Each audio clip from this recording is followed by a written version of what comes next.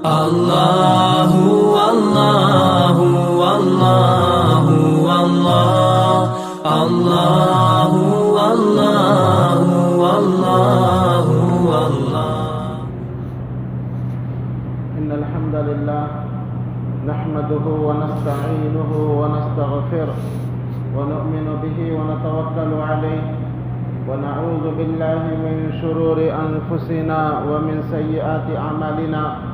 من يهده الله فلا مضل له ومن يضلله فلا هادي له.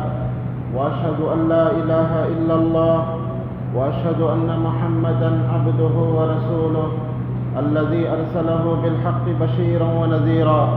أما بعد فإن خير الحديث كتاب الله وخير الهدي هدي محمد صلى الله عليه وسلم وشر الأمور محدثاتها وكل محدثة بدعة وكل بدعة ضلالة وكل ضلالة في النار.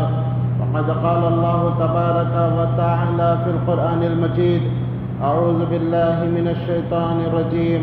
يا أيها الذين آمنوا اتقوا الله حق تقاته ولا تموتن إلا وأنتم مسلمون. يا أيها الناس اتقوا ربكم الذي خلقكم من نفس واحدة وخلق منها زوجها وبث منهما رجالا كثيرا ونساء واتقوا الله الذي تساءلون به والأرحام إن الله كان عليكم رقيبا. يا أيها الذين آمنوا اتقوا الله وقولوا قولا سديدا يصلح لكم أعمالكم ويغفر لكم ذنوبكم ومن يطع الله ورسوله فقد فاز فوزا عظيما. وقال تعالى: بسم الله الرحمن الرحيم. قاف والقرآن المجيد بل عجبوا أن جاءهم منذر منهم فقال الكافرون هذا شيء عجيب أئذا متنا وكنا ترابا ذلك رجع بعيد قد علمنا ما تنقص الأرض منهم وعندنا كتاب حفيظ بل كذبوا بالحق لما جاءهم فهم في أمر مريج. وقال تعالى: إن الذين آمنوا وعملوا الصالحات وأقاموا الصلاة وآتوا الزكاة لهم أجرهم عند ربهم ولا خوف عليهم ولا هم يحزنون. وقال النبي صلى الله عليه وسلم: بني الإسلام على 5: عن شهادة أن لا إله إلا الله وأن محمد رسول الله وإقام الصلاة وإيتاء الزكاة والحج وصوم رمضان. رواه البخاري. رب اشرح لي صدري ويسر لي أمري واحلل عقدة من لساني يفقه قولي. رب زدني علما اللهم رب زدني علما اللهم لا علم لنا إلا ما علمتنا إنك أنت العليم الحكيم. اللهم ألهمني رشدي وأعذني من شر نفسي. آمين. محترم حاضرین، ہر قسم کی حمد و ثنا، بڑائی و کبریائی، تعریف و تسبیح اس اللہ وحدہ لا شریک، خالق کائنات، مالک ارض و سما کے لیے لائق و زیبا ہے، جس نے ہم کو اور آپ کو پیدا کیا اور اپنی رحمت سے نیکیوں کے موسم ہم کو عطا کرتا ہے تاکہ ہم زیادہ سے زیادہ عبادت کر کے ہمیشہ کی زندگی میں جنت کی عظیم نعمت کو حاصل کر سکیں۔ بے بہا درود و سلام ہو پیارے نبی جناب محمد رسول اللہ صلی اللہ علیہ وسلم پر، جو اس کائنات کے لیے رحمت بن کر تشریف لائے۔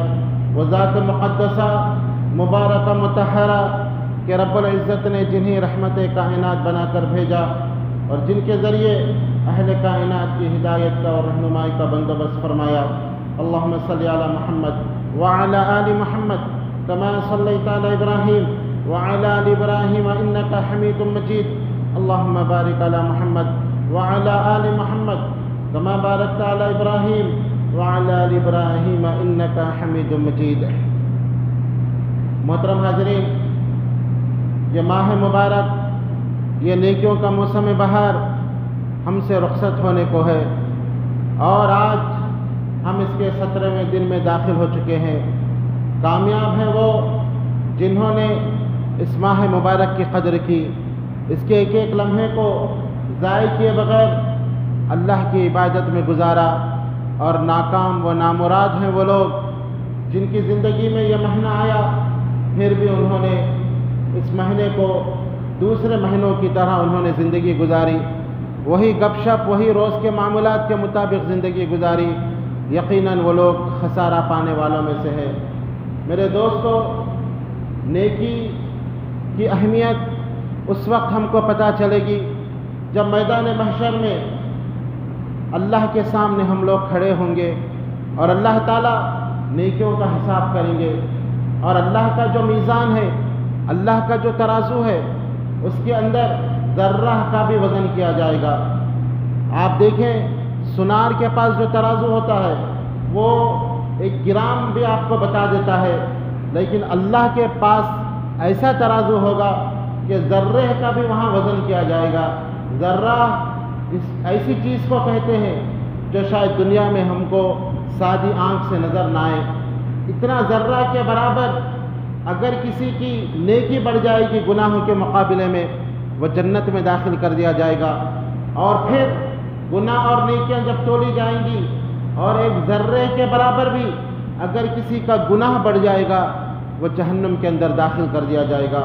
تو اندازہ لگائیے کہ 1 ذرہ نیکی کی کتنی اہمیت ہوگی۔ کل قیامت کے دن ذرہ برابر نیکی کی وجہ سے کوئی جنت میں داخل ہوگا، اور ذرہ برابر گناہ کی وجہ سے کوئی جہنم میں داخل ہوگا۔ اسی لیے ہم کو چاہیے کہ اس مبارک مہینے میں زیادہ سے زیادہ نیکیاں کریں، تاکہ کل میزان میں جب ہماری نیکیوں اور گناہوں کو تولا جائے تو ہماری نیکیوں کا پلڑا بھاری ہو، اور اللہ تعالی ہمیں ہمیشہ کی نعمتوں کے اندر داخل کرے۔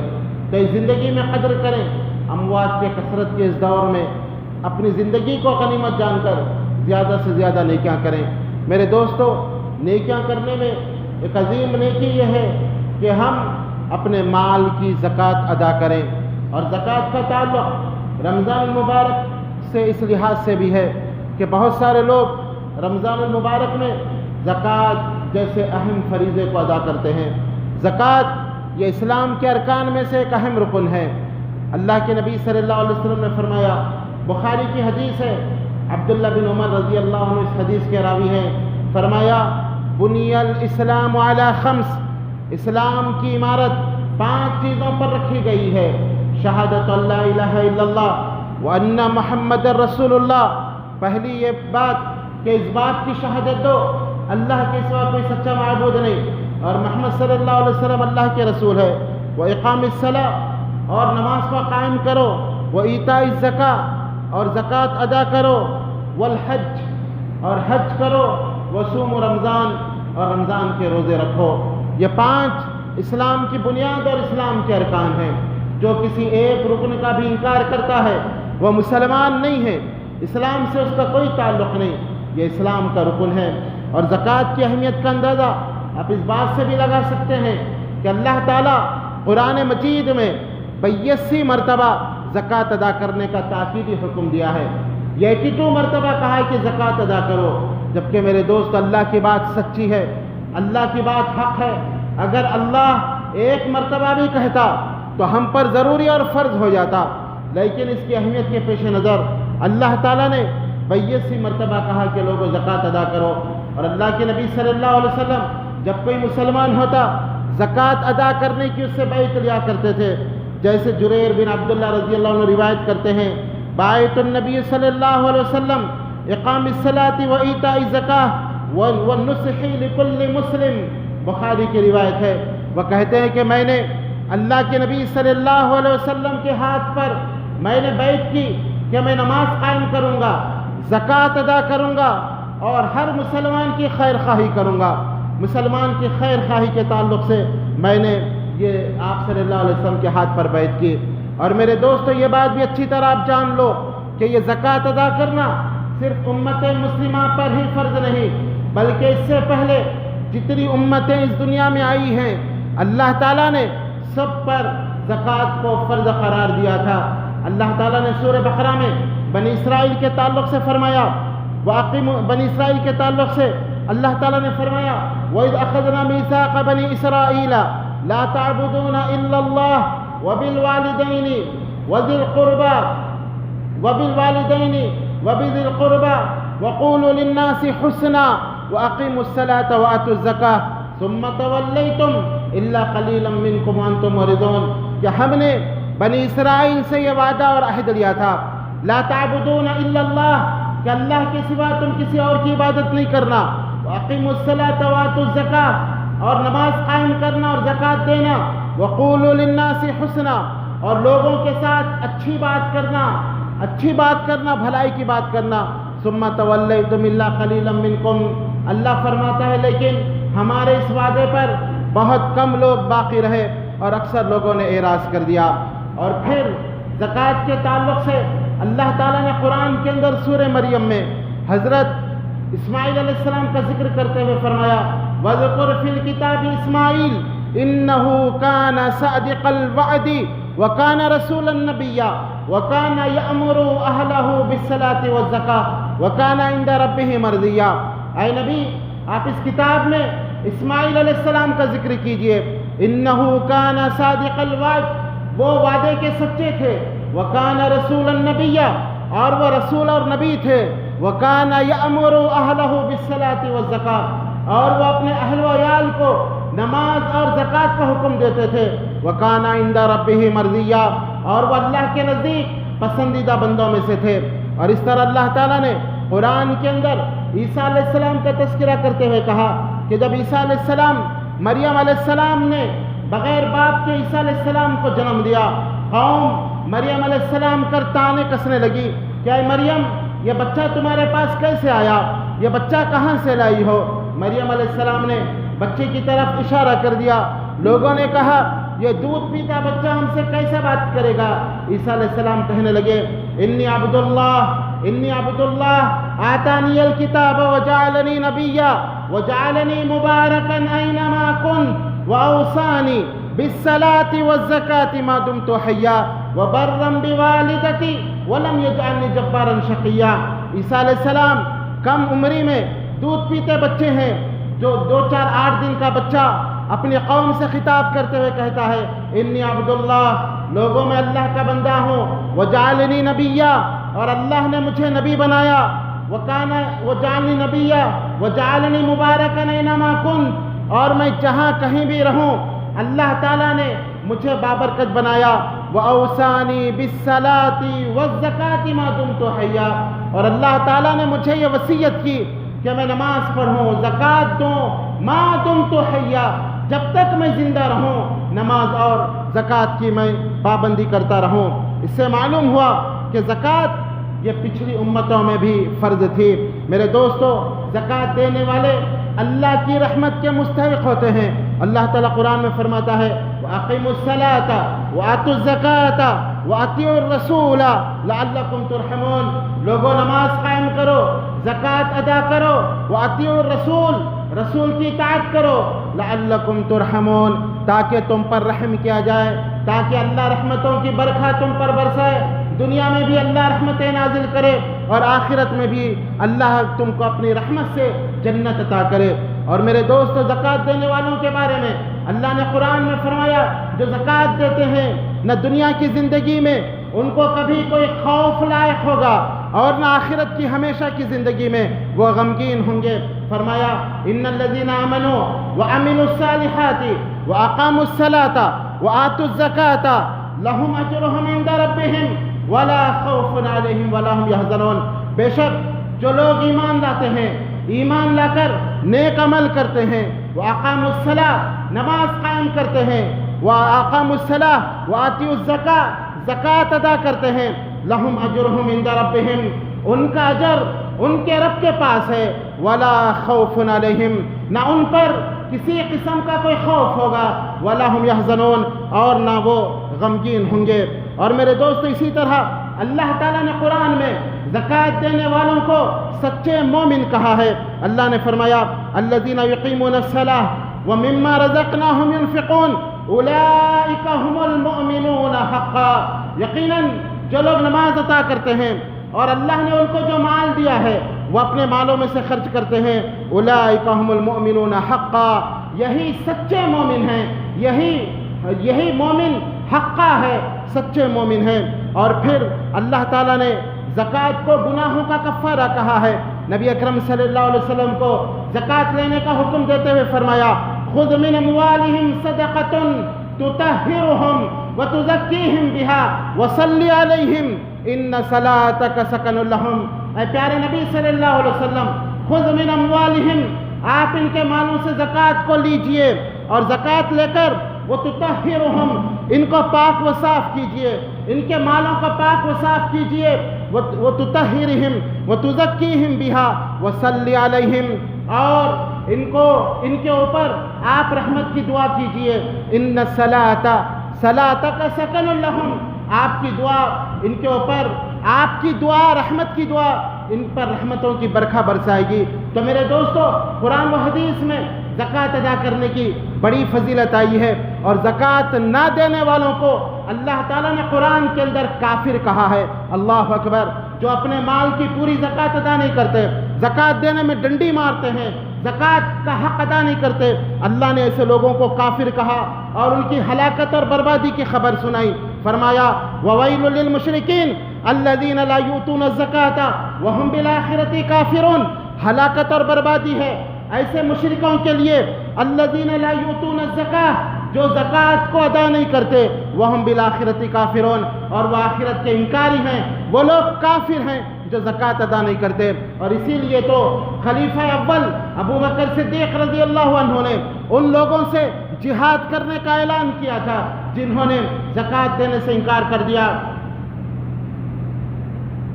ابو بکر صدیق رضی اللہ عنہ خلیفہ بنے، کچھ قبیلوں نے قرآن کی اس آیت کی روشنی میں اللہ نے کہا، خذ من اموالہم، اے نبی آپ ان سے مالوں کو لیجئے۔ اللہ کے نبی کو زکوٰۃ لینے کا حکم تھا، آج نبی موجود نہیں ہے، ہم زکوٰۃ نہیں ادا کریں گے۔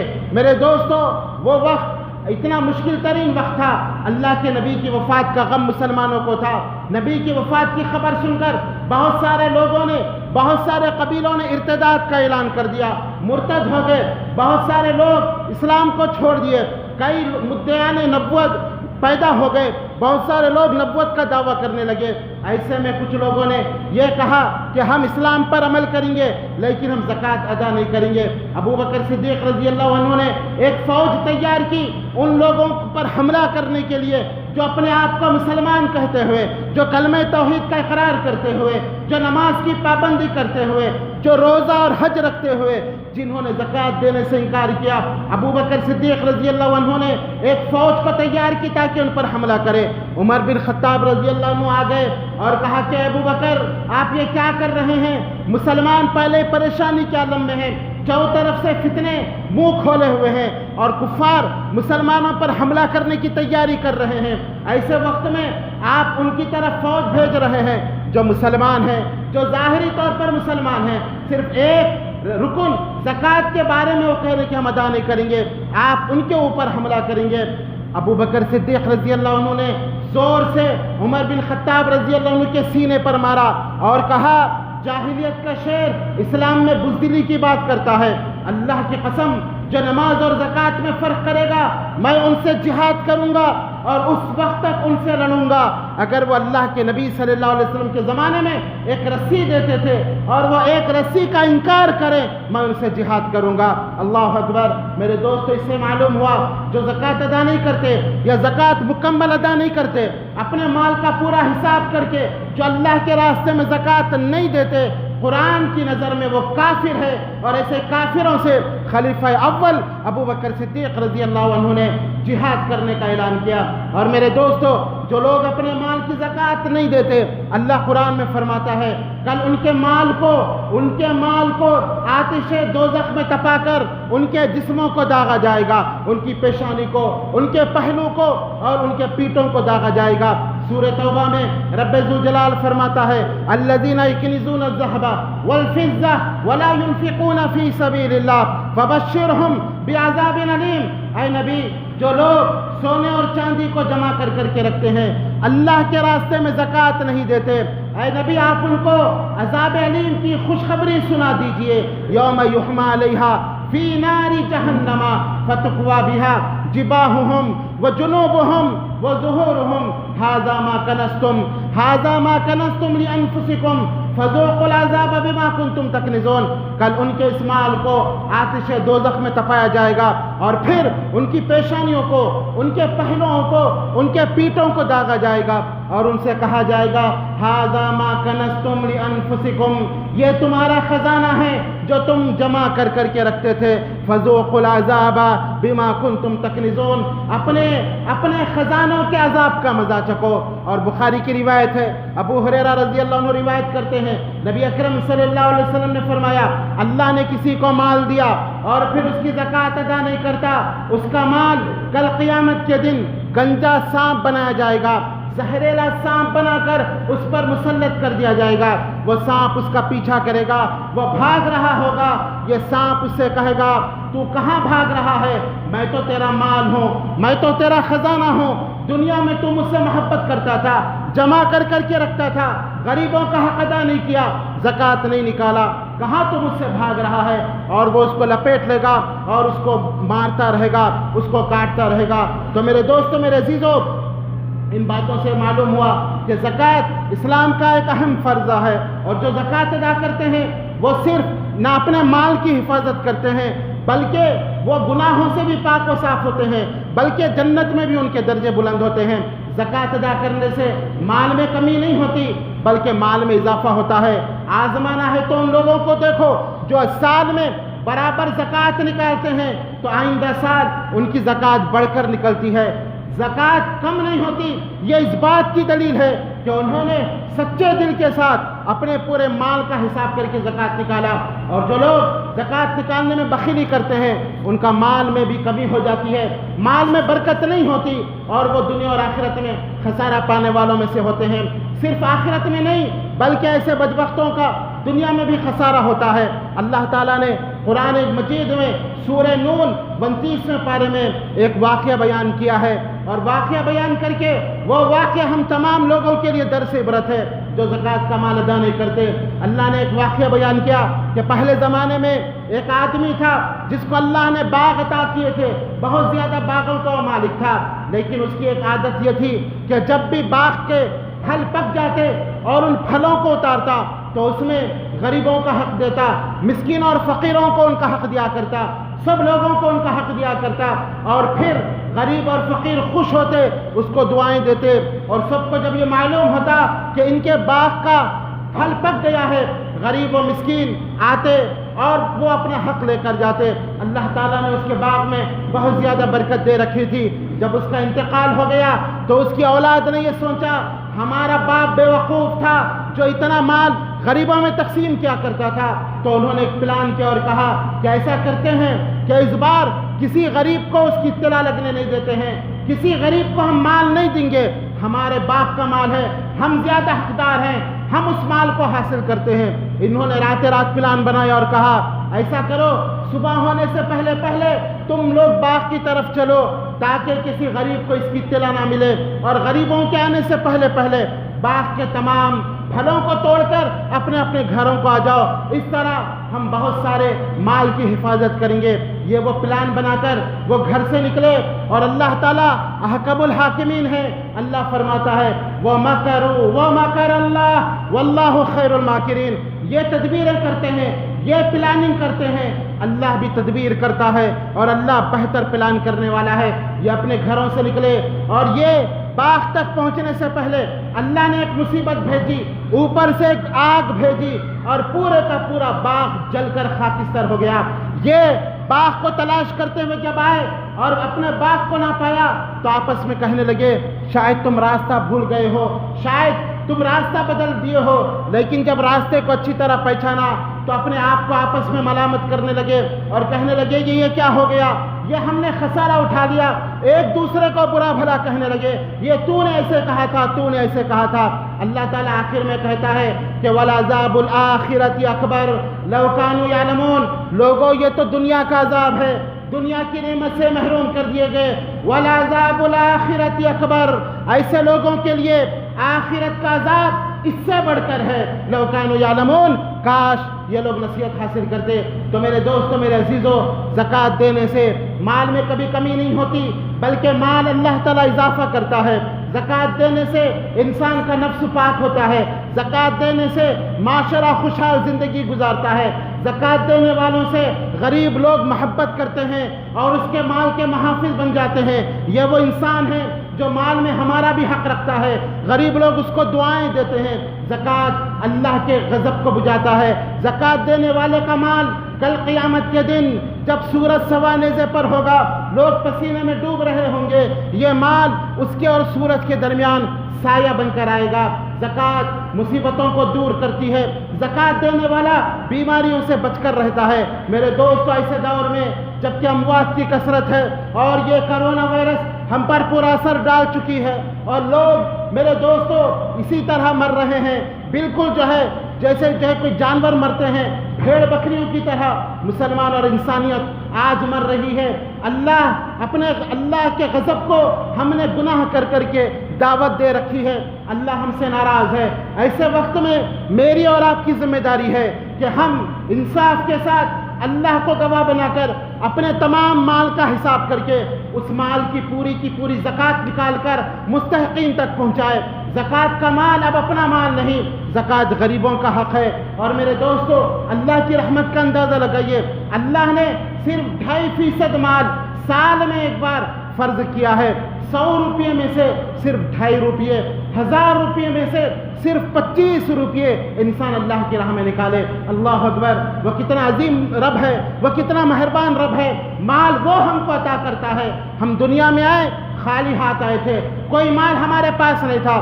دنیا سے ہم جائیں گے خالی ہاتھ جائیں گے، پوری building, property, bank balance, plot, زمین اور یہ پوری ملکیت ہم اسی طرح دنیا میں چھوڑ کر چلے جائیں گے۔ یہ مال اللہ کا ہے، اسی لیے اللہ قرآن میں بار بار ہم کو کہتا ہے وَمِمَّا رَزَقْنَاهُمْ يُنْفِقُونَ، اے وہ لوگوں اس مال میں سے خرچ کرو جو اللہ نے تم کو دیا ہے۔ تمہارا مال نہیں تھا، آتے ہوئے تم سونے کی اینٹیں لے کر نہیں آئے تھے، خالی ہاتھ آئے تھے، یہ مال اللہ نے دیا تھا۔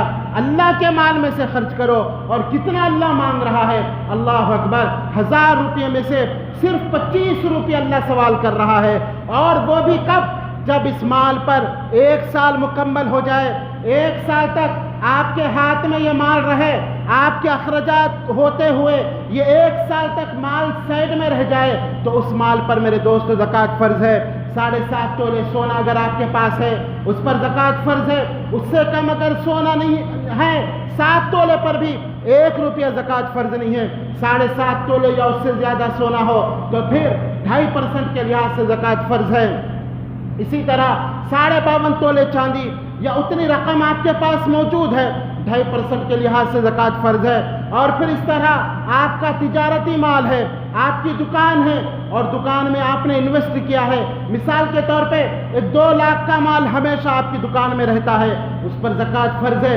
اسی طرح آپ نے پلاٹ وغیرہ خریدے ہیں بزنس پرپس پہ کہ پلاٹ میں لیا ہوں، اگر ریٹ بڑھ گیا تو میں بیچ دوں گا، تو جتنی آپ کی پلاٹ کی موجودہ رقم ہے 2.5% کے لحاظ سے اس پر زکوٰۃ دینا آپ کو فرض ہے۔ لیکن اگر آپ نے پلاٹ بیچنے کی نیت سے نہیں لیا، بلکہ آپ اس پر گھر بنانا چاہتے ہیں، کمپلیکس بنانا چاہتے ہیں، آپ کی نیت اللہ جانتا ہے، علیم بذات الصدور ہے، تو اللہ نے اس پر زکوٰۃ فرض نہیں کی۔ آپ کا کوئی بڑا کمپلیکس ہے، پوری ملکیت پر زکوٰۃ فرض نہیں ہے، بلکہ جو کرایہ آپ کو آتا ہے، اور وہ کرایہ اگر آپ کے اخراجات سے بچ جائے اور اس پر 1 سال ہو جائے تو زکوٰۃ دینا آپ پر فرض ہے۔ میرے دوست، اللہ نے کتنی ہم کو سہولت دی ہے زکوٰۃ دینے کے لیے، لیکن بڑے بدنصیب ہیں وہ لوگ جو اتنا بھی مال اللہ کے راستے میں ادا نہیں کرتے، اللہ کو مال نہیں دیتے، تو وہ خسارہ اور نقصان میں ہے۔ ان کا مال دنیا میں ہی ہلاک و برباد ہو جائے گا، اور آخرت کے اندر ایسے لوگ نقصان اٹھانے والوں میں سے ہوں گے۔ اسی طرح اونٹوں بکریوں پر بھی زکوٰۃ ہے، اسی طرح شہد اگر آپ کے پاس ہو تو شہد پر بھی زکوٰۃ ہے، مختلف زکوٰۃ ہے۔ آپ علماء سے پوچھ کر جو ہے زکوٰۃ کی مقدار مقرر کر سکتے ہیں۔ اور میرے دوستو، یہ بات بھی یاد رکھو، بہت سارے لوگ صرف تھوڑا سا مال دے کر یہ سمجھتے ہیں ہم نے زکوٰۃ ادا کر دی، ہرگز نہیں میرے دوستو، پورے مال کا آپ کو حساب کرنا ہوگا۔ پورا مال آپ حساب کریں، اور جتنی پراپرٹی آپ کی ہے جتنا مال ہے برابر اللہ کے راستے میں دیں، بلکہ ہو سکا تو کچھ زیادہ دیں۔ جو خوشی سے، دل کی خوشی سے زیادہ دیتے ہیں، اللہ تعالیٰ ان کے مال میں بے انتہا اضافہ کرتے ہیں۔ حضرت معاذ بن جبل رضی اللہ عنہ کہتے ہیں اللہ کے نبی صلی اللہ علیہ وسلم نے زکوٰۃ وصول کرنے کے لیے مجھے یمن بھیجا۔ میں گیا اور شہر سے لوگوں کی زکوٰۃ وصول کی۔ لوگوں نے کہا کہ شہر سے دور ایک آدمی ہے جو اونٹوں کا مالک ہے، اس کے پاس بھی زکوٰۃ ہے۔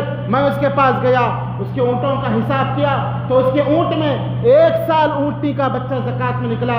میں نے اس سے کہا تمہارے اونٹوں میں 1 سال اونٹنی کا بچہ زکوٰۃ دینا ہے، مجھے اللہ کے رسول نے بھیجا ہے تاکہ میں زکوٰۃ تم سے لے کر جاؤں۔ اس نے کہا مرحبا ہو، خوش آمدید ہو، اللہ کے نبی نے بھیجا ہے، اہلاً، آپ اس میں سے جو اونٹ پسند ہو وہ لے کر جائیں۔ انہوں نے کہا کہ نہیں، ہم آپ پر زیادتی نہیں کرتے، آپ کے مال کے اعتبار سے 1 سال اونٹنی کا بچہ آپ زکوٰۃ میں دیں۔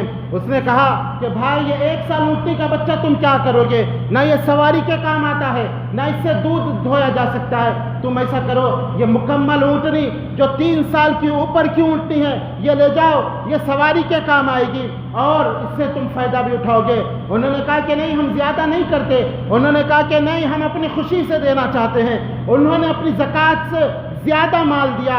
حضرت معاذ بن جبل رضی اللہ عنہ کہتے ہیں دوسرے سال میں پھر ملک جو ہے یمن زکوٰۃ وصول کرنے کے لیے گیا، پھر مجھے وہ اونٹ والا یاد آ گیا۔ میں اس کے پاس گیا، اس کے مال کا حساب کیا تو 25 اونٹ اس کو زکوٰۃ کے اندر دینا پڑا۔ اللہ اکبر! 1 سال اس نے خوشی سے مال میں زیادتی کے ساتھ اس نے اللہ کے راستے میں 1 اونٹ دے دیا تو 1 سال کے اندر اللہ نے اس کے مال میں اتنی برکت دی کہ دوسرے سال 25 اونٹ اس کو زکوٰۃ نکالنا پڑا۔ تو میرے دوستو، اللہ دلوں سے واقف ہے، دلوں کے اعمال سے واقف ہے، دلوں کے وسوسے سے واقف ہے۔ اللہ یہ جانتا ہے کہ آپ کس قدر خوشی کے ساتھ اللہ کے راستے میں مال کو دے رہے ہیں، اسی طرح اللہ تعالیٰ اتنی ہی زیادتی کے ساتھ آپ کے مال میں اضافہ کرتا ہے۔ آپ بخالت کے ساتھ دیتے ہیں، آپ کنجوسی کے ساتھ دیتے ہیں، آپ جو ہے سستی کے ساتھ دیتے ہیں۔ جو زکوٰۃ لینے آتے ہیں آپ اپنے بھاؤں کو چڑھا کر دیتے ہیں، آپ یہ سمجھتے ہیں کہ آپ ان پر احسان کر رہے ہیں۔ پھر یاد رکھیے وہ اللہ اس بات پر قادر ہے کہ آپ کے مال آپ سے چھین لے اور مال کسی اور کو دے دے۔ وہ تو وہ مالک ہے، اس نے اپنا تعارف کراتے ہوئے کہا قل اللہم مالک الملک تؤتی الملک من تشاء وتنزع الملک ممن تشاء وتعز من تشاء وتذل من تشاء بیدک الخیر انک علی کل شیء قدیر۔ اے نبی لوگوں سے کہہ دو اللہم مالک الملک، اے بادشاہوں کے بادشاہ، تؤتی الملک من تشاء، جسے چاہتا ہے بادشاہت عطا کرتا ہے، وتنزع الملک ممن تشاء، جس کو چاہتا ہے ایک لمحے میں، ایک سیکنڈ میں بادشاہت چھین لیتا ہے، وتعز من تشاء، جس کو چاہتا ہے عزت دیتا ہے، وتذل من تشاء، جس کو چاہتا ہے ذلیل کر دیتا ہے۔ بیدک الخیر، تمام بھلائی اس کے ہاتھ میں ہے اور وہ ہر چیز پر قادر ہے۔ تو میرے دوستو، دل کی خوشی کے ساتھ مال کا حساب کر کے زکوٰۃ نکالو۔ اللہ کی قسم یہ اللہ کا وعدہ ہے، تم اس سال اللہ کی خوشی کے، دل کی خوشی کے ساتھ اللہ کی رضا کے لیے پورے مال کا حساب نکالو۔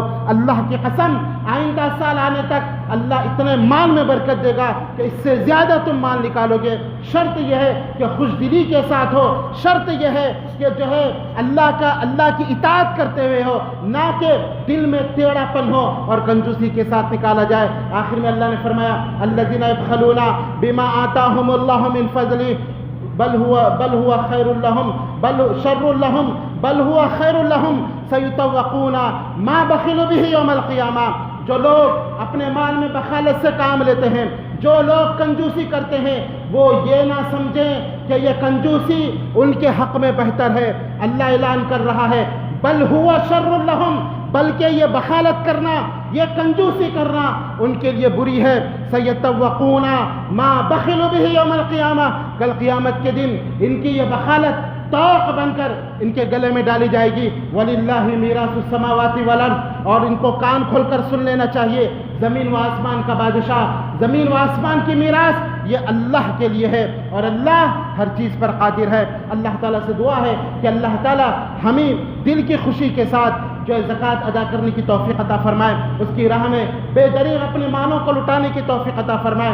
اے اللہ تو ہمارے اس عمل کو قبول فرما کر یہ کرونا بیماری سے ہمارے اہل خانہ کی، ہمارے خاندان والوں کی، ہمارے بیوی بچوں کی، ہمارے ماں باپ کی، ہمارے رشتہ داروں کی اور تمام مسلمانوں کی اللہ تعالیٰ اس بیماری سے حفاظت فرمائے۔ اور جو لوگ اس بیماری کے اندر مبتلا ہیں اللہ تعالیٰ انہیں شفاء کاملہ عاجل عطا فرمائے، اور جو لوگ اس بیماری کے اندر جن کا انتقال ہو چکا ہے اللہ تعالیٰ ان کو شہادت کی موت عطا فرمائے، ان کے گناہوں کو معاف فرمائے۔ آمین یا رب العالمین۔ وآخر دعوانا ان الحمد للہ رب العالمین۔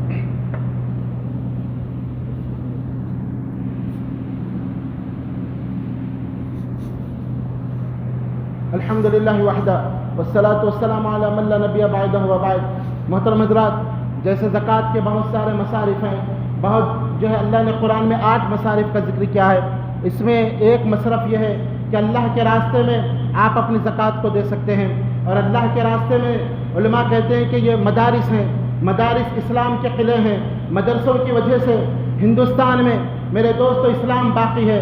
اگر یہ مدرسے نہ ہوتے تو ہم کو نماز کا طریقہ کون بتاتا؟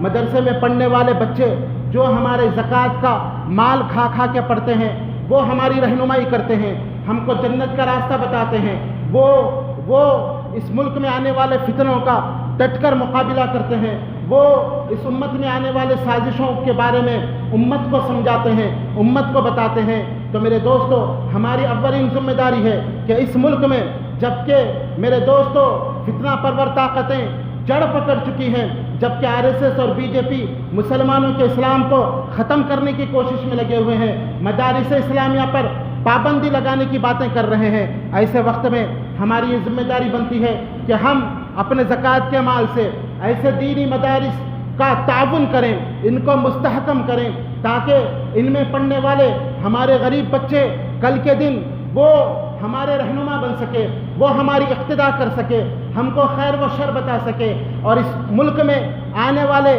مسائل کا وہ ڈٹ کر مقابلہ کر سکے۔ تو ہماری یہ ذمہ داری ہے کہ ایسے مدارس جو صرف آپ کے زکوٰۃ کے تعاون سے چلتے ہیں اور ایک علماء اکرام کی ایک ٹیم تیار کر کے پھر آپ کو دیتے ہیں، جو آپ کے ممبروں پر کھڑے ہو کر آپ کو قرآن و حدیث کی تعلیم دیتے ہیں، ایسے مدارس میں اپنے زکوٰۃ سے تعاون کیجیے، اور وہ لوگ جو علم حاصل کریں گے اس کا ثواب بھی اللہ تعالیٰ آپ کو صدقہ جاریہ کے طور پر قیامت کی صبح تک دے گا۔ جہاں پر اجر و ثواب کی بات ہے، اللہ کے راستے میں دینی علم حاصل کرنے والے پر جو خرچ کرتے ہیں اس کا ثواب سب سے زیادہ آخر تک آپ کو ملے گا۔ ایک عالم لڑکا یا لڑکی آپ کے مال سے علم حاصل کر کے وہ اپنے معاشرے کو سدھارے، وہ کئی لوگوں کو علم دے، پھر وہ اور کئی لوگوں کو علم دے، تو اس طرح ہزاروں لاکھوں لوگوں تک آپ کا مال سے آپ نے جو علم دیا تھا وہ لوگوں تک پہنچتا رہے گا، اور پھر قیامت تک آپ کو ثواب ملتے رہے گا۔ اسی لیے آپ کی ذمہ داری ہے کہ جہاں آپ اپنے زکوٰۃ کے مال سے غریبوں، فقیروں، مسکینوں، محتاجوں کا خیال رکھیں، وہاں مدارس میں پڑھنے والے یتیموں اور غریبوں کا بھی خیال رکھیں، مدارس میں پڑھنے والے ایسے لڑکے اور لڑکیوں کا بھی خیال رکھیں جن کے ماں باپ کے پاس دینے کو کچھ نہیں۔ آپ ایک لڑکا یا لڑکی کی کفالت لیں تاکہ آپ کا مال دینی تعلیم کے حصول میں کام آئے اور یہ آپ کے لیے صدقہ جاریہ بن جائے۔ اسی طرح مدرسوں میں نظام آباد میں اللہ کے فضل و کرم سے 2 مدرسے موجود ہیں، ایک مدرسہ دار التوحید رحمانیہ جہاں بچوں کو تعلیم دی جاتی ہے، اور دوسرا آپ کا اپنا مدرسہ، بہت پرانا مدرسہ جو 5-6 سال سے آپ کی لڑکیوں کو زیور تعلیم سے آراستہ کر رہا ہے، وہ مدرسہ ام سلیم للبنات ہے، جہاں پر ابھی تک الحمدللہ شہر نظام آباد کی اور آس پاس کی 400 بچیاں داخلہ لے چکی ہیں، اور دو بیچ نکل چکے ہیں فضیلت تک تعلیم حاصل کر کے، اور فی الوقت 180 سے زیادہ غریب لڑکیاں جو ہے مدرسے میں تعلیم حاصل کر رہی ہیں، اور آپ دیکھ سکتے ہیں مورتاڑ اور دور دور کی لڑکیاں یہاں پڑھ کر اپنے اپنے علاقوں میں دعوتی کام کر رہی ہے، ایک بچی 50 بچیوں کو کی اصلاح کر رہی ہے۔ تو میرے دوستو یہ جو مدرسے چلتے ہیں آپ کے تعاون سے چلتے ہیں، الحمدللہ 180 لڑکیاں مدرسہ ام سلیم میں تعلیم حاصل کر رہی ہے، اور غریب لڑکیوں کو بس کے ذریعے لایا جاتا ہے جن سے کوئی فیس نہیں دی جاتی، بس کے اخراجات ہیں، ان کو ڈریس دیا جاتا ہے، ان کو مکمل کتابیں دے کر قرآن و حدیث کی باتیں ان کو بتائی جاتی ہے۔ وہ لڑکیاں جو الف با سے ناآشنا ہوتی ہے، مدرسہ ان کو پڑھنا لکھنا سکھاتا ہے، وہ قرآن تجوید کے ساتھ صرف پڑھتی ہی نہیں بلکہ قرآن کے شان نزول پر گفتگو کرتی ہے، بلکہ قرآن کی آیتوں کا ترجمہ کرتی ہے، اور پھر جب وہ فارغ ہوتی ہے تو قرآن و حدیث کا علم اپنے سینے میں محفوظ کر کے چلی جاتی ہے۔ اور میرے دوستو، جب ایک لڑکی دین علم حاصل کرے گی، وہ ایک معاشرے کی اصلاح کرے گی، اس کے ساتھ کئی لوگ جڑے ہوتے ہیں، اپنی شادی ہوگی وہ گھر کی اصلاح کر سکتی ہے، بچے ہوں وہ بچوں کی تربیت کر سکتی ہے۔ اس لیے بہترین ماں کو بچے کا پہلا مدرسہ ماں کی گود کہا گیا۔ ایک اچھی عورت اچھے معاشرے کو جنم دیتی ہے۔ اس لیے میرے دوستو، آپ کی ذمہ داری ہے کہ اس مدرسے کا آپ زیادہ سے زیادہ تعاون کریں، زیادہ سے زیادہ اس کی مدد کریں، تاکہ ہم زیادہ سے زیادہ بچیوں کو قرآن و حدیث کی تعلیم اور اس کے زیور سے آراستہ کر سکیں۔ ہمارے پاس وسائل کی کمی ہے، بچیاں بہت زیادہ ہیں۔ آپ کو معلوم ہونا چاہیے اللہ کے فضل و کرم سے یہاں سے ایک 8-10 کلومیٹر کا ایک گاؤں ہے جس کا نام ترمن پلی ہے۔ میں آپ کو یہ خوشخبری سناتے ہوئے خوشی محسوس کرتا ہوں کہ پورے کا پورا گاؤں الحمدللہ قرآن و حدیث کی دعوت پر آ چکا ہے، پورے کا پورا گاؤں اہل حدیث بن چکا ہے۔ غریب لوگ ہیں اور وہاں کے لوگوں سے ہم نے بات کی، بچوں کی اتنی تعداد ہے کہ وہاں کے لوگوں نے کہا کہ 100 بچیاں ہمارے پاس ہے جو بالکل تعلیم سے ناآشنا ہے، ایسے بچوں کو آپ تعلیم دیجیے اپنے مدرسے میں۔ تو میرے دوستو، میں آپ لوگوں سے درخواست کرتا ہوں کہ ایسے بچیوں کا کفالہ لیجیے۔ جو غریب لڑکیاں ہیں، پڑھنا چاہتی ہیں، گاؤں کے گاؤں الحمدللہ توحید پر آ رہے ہیں، ایسے بچیاں جو بالکل سادہ ورق کی طرح ان کی زندگی ہے، ان کے سینوں میں کوئی چیز نہیں ہے، آپ قرآن و حدیث کے علم سے ان کے سینوں کو روشن کیجئے، یہ آپ کے لیے صدقہ جاریہ ہوگا۔ ایک بچی کی کفالت سالانہ 15,000 روپے مدرسے میں رکھی گئی ہے۔ آپ کفالہ لیجئے، 1-2 بچیوں کا لیجئے، اپنے رشتہ داروں کو توجہ دلائیے، تاکہ قوم کی یہ بیٹیاں زیور تعلیم سے آراستہ ہو کر کم سے کم اپنے اور اپنے خاندان کو جہنم کے گڑھے سے نکال کر جنت کے روشن شاہراہ کی طرف لے جا سکے۔ اب آئیے پیارے نبی جناب محمد رسول اللہ صلی اللہ علیہ وسلم کی پر درود بھیجیں۔ جن پر کوئی ایک مرتبہ درود بھیجتا ہے اللہ تعالیٰ اس پر 10 رحمتوں کو نازل فرماتا ہے، اور جن پر اللہ تعالیٰ خود درود بھیجتا ہے اس کے فرشتے درود بھیجتے ہیں، اور مومنوں کو درود بھیجنے کا حکم دیتے ہوئے اللہ تعالیٰ اپنی کتاب عزیز میں یوں ارشاد فرمایا، ان اللہ وملائکتہ یصلون علی النبی یا ایھا الذین آمنوا صلوا علیہ وسلموا تسلیما۔ اللهم صل علی محمد وعلی آل محمد کما صلیت علی ابراہیم وعلی آل ابراہیم انک حمید مجید۔ اللهم بارک علی محمد وعلی آل محمد كما باركت على إبراهيم وعلى آل إبراهيم إنك حميد مجيد۔ اللهم أعز الإسلام والمسلمين، اللهم أعز الإسلام والمسلمين، اللهم أعز الإسلام والمسلمين وأذل الشرك والمشركين ودمر أعداء الدين۔ اللهم اكفنا بحلالك عن حرامك وأغننا بفضلك عمن سواك۔ اللهم اقسم لنا من خشيتك ما تحول به بيننا وبين معصيتك، ومن طاعتك ما تبلغنا به جنتك، ومن اليقين ما تهون به علينا مصائب الدنيا، متعنا بأسمائنا وأبصارنا وقواتنا ما أحييتنا، واجعل الوارث منا، واجعل ثأرنا على من ظلمنا، وانصرنا على من عادانا، ولا تجعل مصيبتنا في ديننا، ولا تجعل الدنيا أكبر همنا ولا مبلغ علمنا، ولا تسلط علينا من لا يرحمنا۔ عباد الله رحمني ورحمكم الله، إن الله يأمر بالعدل والإحسان وإيتاء ذي القربى وينهى عن الفحشاء والمنكر والبغي يعظكم لعلكم تذكرون۔ اذكروا الله يذكركم، ادعوه يستجب لكم، ولذكر الله تعالى أولى وجل وتم وأكبر۔ أقم الصلاة۔